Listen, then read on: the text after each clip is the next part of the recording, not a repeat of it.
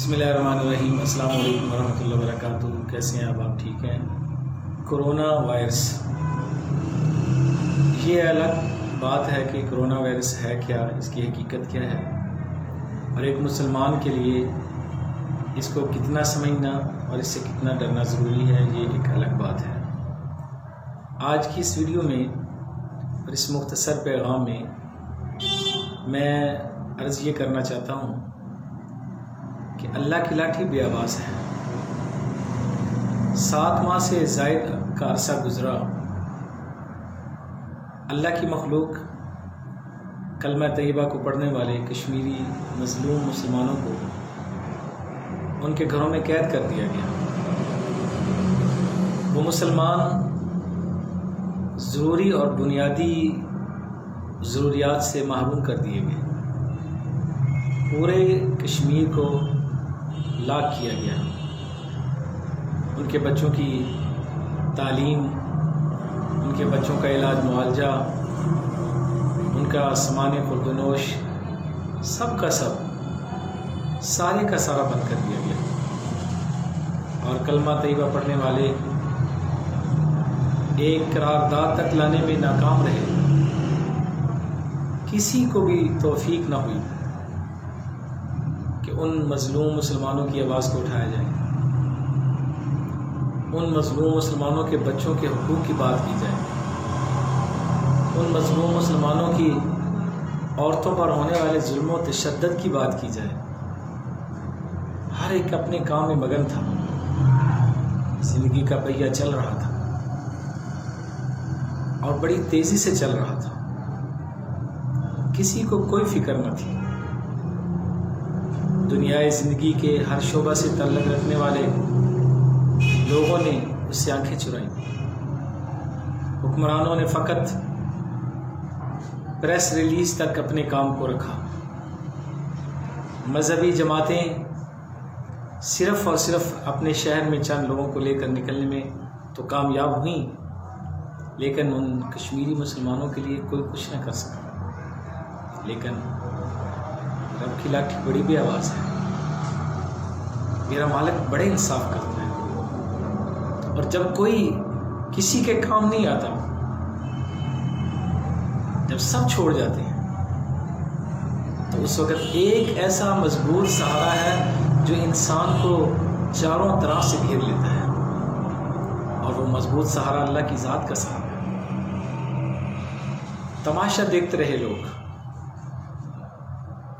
کسی نے بھی اس انداز میں وہ آواز نہیں اٹھائی ان کشمیری مسلمانوں کے لیے، ان مظلوم مسلمانوں کے لیے کسی نے آواز نہیں اٹھائی۔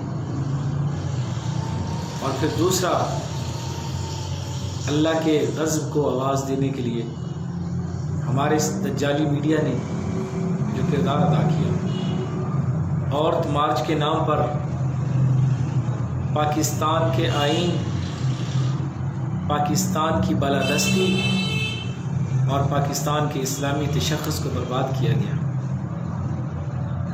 اور پاکستان کی سڑکوں پر اللہ کے غضب کو دعوت دی گئی، اور ڈنکے کی چوٹ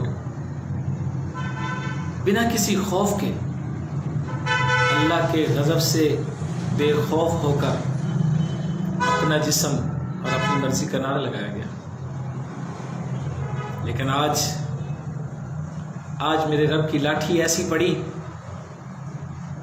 آج میرے رب کی لاٹھی اس کی آواز نہیں آئی، اور آج وہی طبقہ سب سے زیادہ اپنے آپ کو چھپائے پھر رہا ہے۔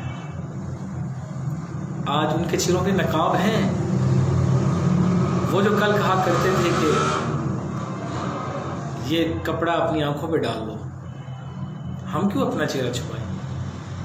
آج انہیں اپنا چہرہ چھپانا پڑ رہا۔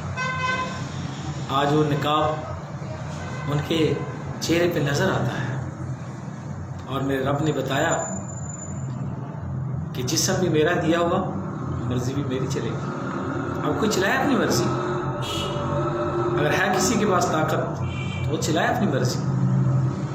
کشمیری مسلمانوں مظلوموں کے لیے کسی نے آواز نہیں اٹھائی۔ رب نے پوری دنیا کو لاک کر دیا، ترقی یافتہ ممالک کو اللہ نے لاک کر دیا، وہ جو سمجھتے تھے کہ ہمیں کون پوچھنے والا ہے، آج وہ بھی لاکھ ہے۔ اسے کہتے ہیں رب کی لاٹھی۔ یہ ہوتی ہے رب کی لاٹھی، یہ ہوتا ہے میرے اللہ کا انتقام، اور اللہ اس پر قادر ہے۔ اس یہودی پروپیگنڈے نے کورونا وائرس کے نام سے اسلام کے خلاف جو پروپیگنڈا شروع کیا، خدا کی قسم شاید زندگی وفا نہ کرے، لیکن یاد رکھیے انشاءاللہ ثم انشاءاللہ یہ کرونا وائرس اسلام کے لیے، اسلام کے ماننے والوں کے لیے انشاءاللہ العزیز، انشاءاللہ العزیز فائدہ مند ہوگا، کیونکہ مسلمانوں کو ڈرنے کی ضرورت نہیں ہے۔ مسلمان ایک اللہ سے ڈرنے والے ہیں۔ مسلمان یہ سمجھتے ہیں کہ کرونا میں موت نہیں ہے، مسلمان یہ سمجھتے ہیں کہ کرونا موت نہیں ہے، موت اللہ کے امر میں ہے، تو ہر حال میں آئے گی، کرونا ہوگا تب آئے گی، نہیں ہوگا تب آئے گی، ہر حال میں آئے گی۔ تو اس لیے یہ انشاءاللہ دنیائے کفر کو میرے اللہ کی طاقت، یہ ایک الگ ٹاپک ہے کہ کرونا ہے کیا، لیکن اس سے ہوگا یہ کہ انشاءاللہ دنیائے کفر میرے رب کے در پہ جھکے گی۔